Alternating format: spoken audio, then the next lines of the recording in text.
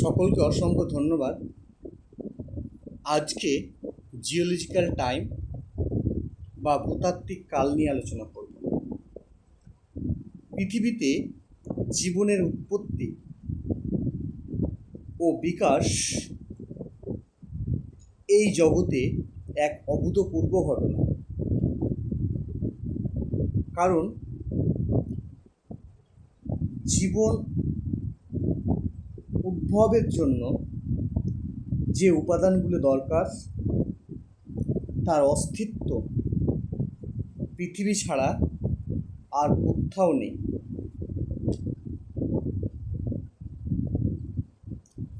উক্ত চিত্রটিতে আমরা পৃথিবীর প্রাণহীন আদি গ্যাসীয় অবস্থা থেকে কিভাবে ধীরে ধীরে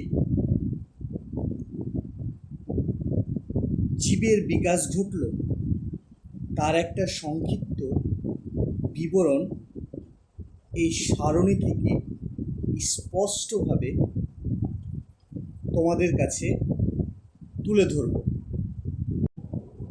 আমরা সকলেই জানি পৃথিবীর বয়স 400 থেকে 450 কোটি বছর। এই 400 বা 450 কোটি বছর আগে একটু ইতিহাসকে আমরা জানব। সৃষ্টি তত্ত্ব অনুসারে মহাবিশ্ব এক বিন্দুপোত অবস্থা থেকে বেরিয়ে এসছে। আজ থেকে 1300 কোটি বছর আগে কিছু বস্তুপুঞ্জের মধ্যে মহাবিস্ফোরণ বা বিগ ব্যাং হয়েছিল এবং সেখান থেকে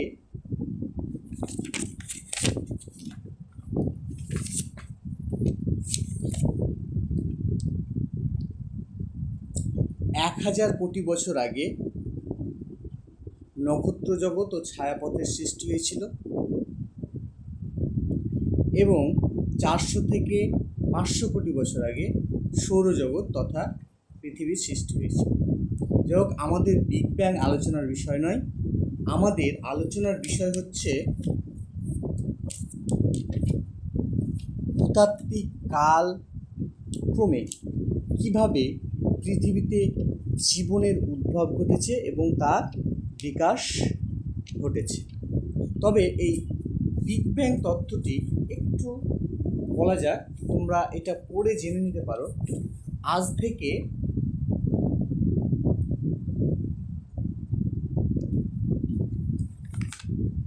1300 কোটি বছর আগে যে বিগ ব্যাং হয়েছিল, এই তত্ত্বটি প্রথম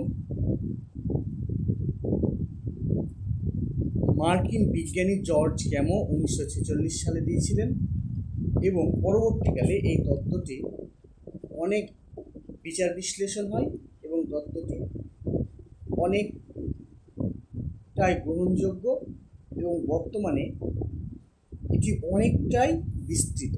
সেটা এখানে আমাদের আলোচনার বিষয় নয়।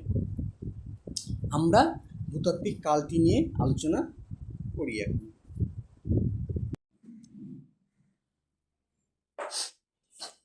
ভূতাত্ত্বিক কালকে প্রধানত দুটো ইয়নে ভাগ করা হয়।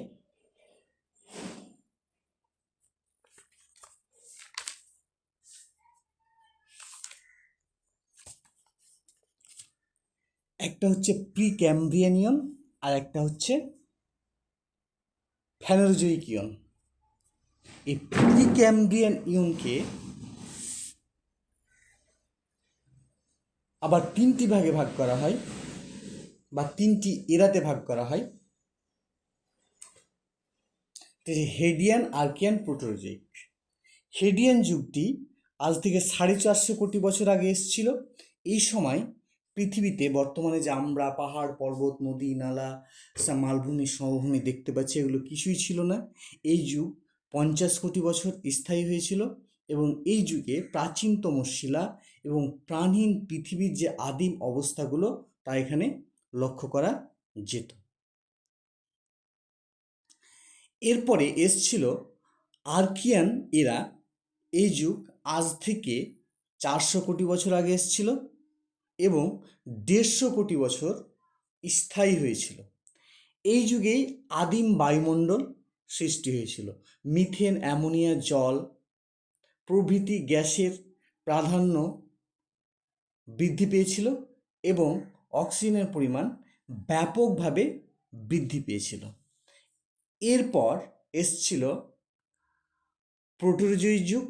এই যুগটি 250 কোটি বছর আগে এসেছিল এবং এই যুগটি স্থায়ী হয়েছিল 193 কোটি বছর। এই সময়ে অক্সিজেনের পরিমাণ আরও বহুগুণে বেড়ে যায় এবং এককোষী প্রাণীদের সংখ্যাও এই যুগে বৃদ্ধি পেতে থাকে।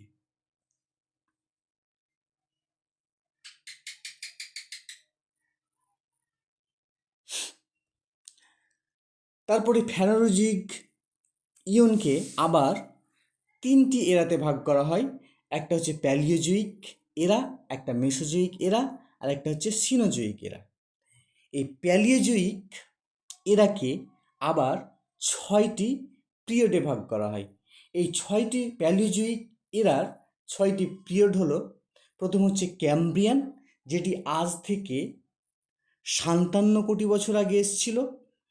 এই সময় সমুদ্রে অমেরুদণ্ডী প্রাণীদের সংখ্যা বাড়ে এবং এই সময়েই লরেশিয়া এবং গন্ডোয়ানাল্যান্ড নামে 2টি মহাদেশের সৃষ্টি হয় এবং পাহাড়, পর্বত, নদী, নালা এই সময়েই সৃষ্টি হয়।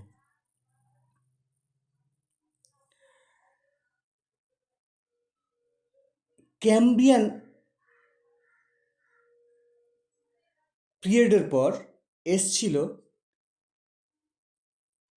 Ordovician period. এই পিরিয়ডে প্রথম মেরুদণ্ডী জীবের আবির্ভাব ঘটে এবং এই যুগ এসেছিল আজ থেকে 50 কোটি বছর আগে। অর্ডোভিশিয়ান পিরিয়ডের পর এসছিল সিলুরিয়ান পিরিয়ড। এই পিরিয়ড আজ থেকে 43 কোটি বছর আগে এসেছিল এবং এই পিরিয়ডে প্রাণের পূর্ণ বিকাশ হয় এবং বড় বড় বৃক্ষের উদ্ভব ঘটে এবং মেরুদণ্ডী মাছের উদ্ভব ঘটে। এই সিলুরিয়ান পিরিয়ডের পর এসছিল ডেভোনিয়ান পিরিয়ড, আজ থেকে 39 কোটি বছর আগে। এই পিরিয়ডকে মৎস্য পিরিয়ড বা মৎস্যযুগও বলা হয়, কারণ এই যুগে মাছের মধ্যে বিভিন্ন রকম প্রজাতির সৃষ্টি হয়েছিল। তারপরে এসছিল কার্বনিফেরাস পিরিয়ড। এই পিরিয়ড এসছিল আজ থেকে 34 কোটি বছর আগে। এই যুগেই কয়লার উদ্ভব ঘটেছিল এবং কয়লার উদ্ভব ঘটেছিল ক্যালামাইটিস প্রজাতির উদ্ভিদ মাটির নিচে চাপা পড়ে এবং সরীসৃপও এই সময়ে সৃষ্টি হয়েছিল প্রথম, এবং কয়লা এবং জলাভূমি এই যুগেই সৃষ্টি হয়েছিল। তাই এই পিরিয়ডকে অনেকে কয়লা ও জলাভূমির পিরিয়ড বলেও অভিহিত করেন। তারপরে এসছিল পার্মিয়ান যুগ বা পার্মিয়ান উপযুগ বা পিরিয়ড। এই যুগ আজ থেকে 28 কোটি বছর আগে এসেছিল। এই যুগে পাইন জাতীয় গাছের উদ্ভব ঘটে এবং জলবায়ুর মধ্যে ব্যাপক পরিবর্তন আসে। এরপরে মেসোজয়িক এরাকে আবার 3টি পিরিয়ডে ভাগ করা হয়: ট্রায়াসিক, জুরাসিক, ক্রিটেসাস। এই ট্রায়াসিক পিরিয়ড আজ থেকে 22.5 কোটি বছর আগে এসেছিল। এই যুগে নগ্নবীজী উদ্ভিদ, কুমির, কচ্ছপ জাতীয় উভচর প্রাণীদের আবির্ভাব ঘটেছিল। এই সময়েই গন্ডোয়ানাল্যান্ড এবং লরেশিয়া মহাদেশ ভেঙে বর্তমান যে আমরা মহাদেশগুলো দেখতে পাচ্ছি এই মহাদেশগুলির সৃষ্টি হয়েছিল। তারপরে জুরাসিক পিরিয়ড আজ থেকে 19 কোটি বছর আগে এসেছিল। এই সময়ে উভচরের সংখ্যা হ্রাস পেতে থাকে এবং ট্রায়াসিক জুড়ে যে ডাইনোসরের আবির্ভাব ঘটেছিল এই যুগে সেগুলো বিলুপ্ত হয়ে যায় এবং পাখিদের আবির্ভাব ঘটে।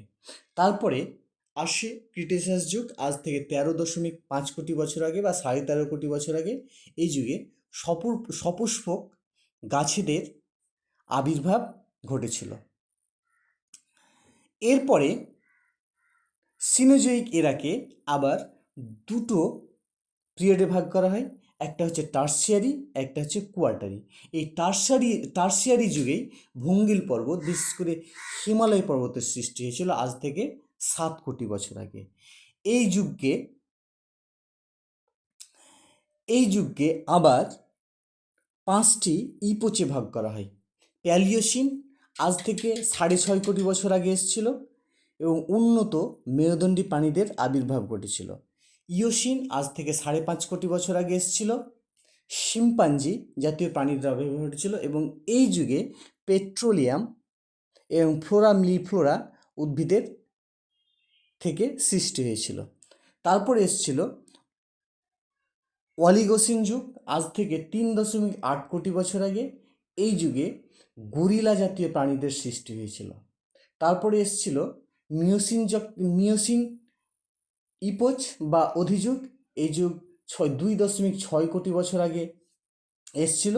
মনুষ্যতর প্রাণী, বিশেষ করে রমাপিথিকাস, অস্ট্রালোপিথিকাস প্রভৃতি বৃক্ষ মানুষের আবির্ভাব এই সময়ে ঘটেছিল। তারপরে আসে প্যালিওসিন যুগ। এই প্যালিওসিন যুগ আজ থেকে 0.7 লক্ষ বছর আগে এসেছিল। একে হোমো অ্যাভিলিস মানুষও বলা হয়। এই সময় আদিম মানুষ আগুনের ব্যবহার জানত। এরপরে কোয়ার্টারি পিরিয়ডকে আবার দুটি ইপোচে ভাগ করা হয়, একটা হচ্ছে প্লাইস্টোসিন, একটা হচ্ছে হোলোসিন। প্লাইস্টোসিন যুগ আজ থেকে 20 লক্ষ বছর আগে এসেছিল এবং শেষ হিমযুগ এই সময় এসেছিল। শেষ হিমযুগ মানে পুরো পৃথিবী বরফের চাদরে মুড়ে গিয়েছিল এবং এই সময়েই বুদ্ধিমান প্রাণী হোমোসেপিয়েন্স মানুষ এসেছিল, যারা আগুনের ব্যবহার জানত এবং দলবদ্ধভাবে থাকতো, গুহার কোটরে থাকতো। এরা জ্ঞান বুদ্ধির এই সময় থেকে জ্ঞান বুদ্ধির বিকাশ শুরু হয়। তারপরে এসেছিল হোলোসিন যুগ, আজ থেকে 10 থেকে 15 হাজার বছর আগে, যাকে লৌহযুগও বলা হয়। এই সময়ে আধুনিক মানুষ ব্যবসা বাণিজ্য, চাষবাস, পশুপালন এইসব করতে শুরু করে। আমি যে জিওলজিক্যাল টাইম সম্পর্কে অতি সংক্ষিপ্ত আকারে যে ঘটনাক্রমগুলো বর্ণনা করলাম, সেগুলো শুধু মুখের কথা নয়, এগুলির উপযুক্ত তথ্য প্রমাণ আছে। বিজ্ঞানীগণ রেডিও ডেটিং, স্ট্রাটিগ্রাফি বা স্তর বিন্যাস, ফসিল রেকর্ড, প্লেট টেকটনিক,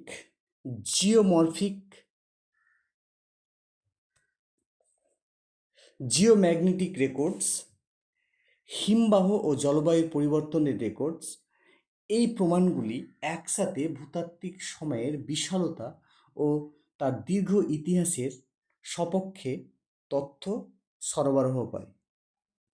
জীবনের উদ্ভব ও বিকাশের পরিপ্রেক্ষিতে বা origin and evolution of life এর পরিপ্রেক্ষিতে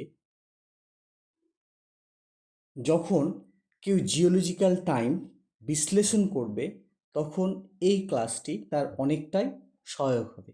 এই ভিডিওতে সম্পূর্ণ আলোচনা সম্ভব হলো না। ভিডিওটি সম্পূর্ণ আলোচনা করলে অনেকটাই দীর্ঘ হয়ে যেত, তাই অতি সংক্ষিপ্ত আকারে যতটা পারা যায় তোমাদের সামনে তথ্যগুলো তুলে ধরা হয়েছে।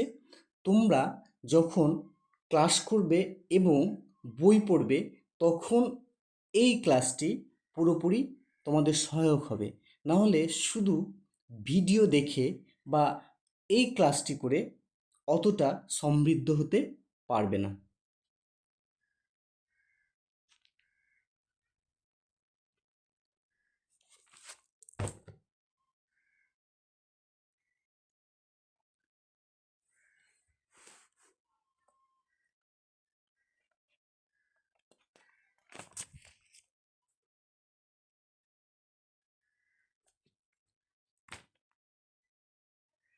যাই হোক, আজকের মতো এই পর্যন্তই। আবার কোনো দিন দেখা হবে নতুন একটি ক্লাসের সাথে। Thank you.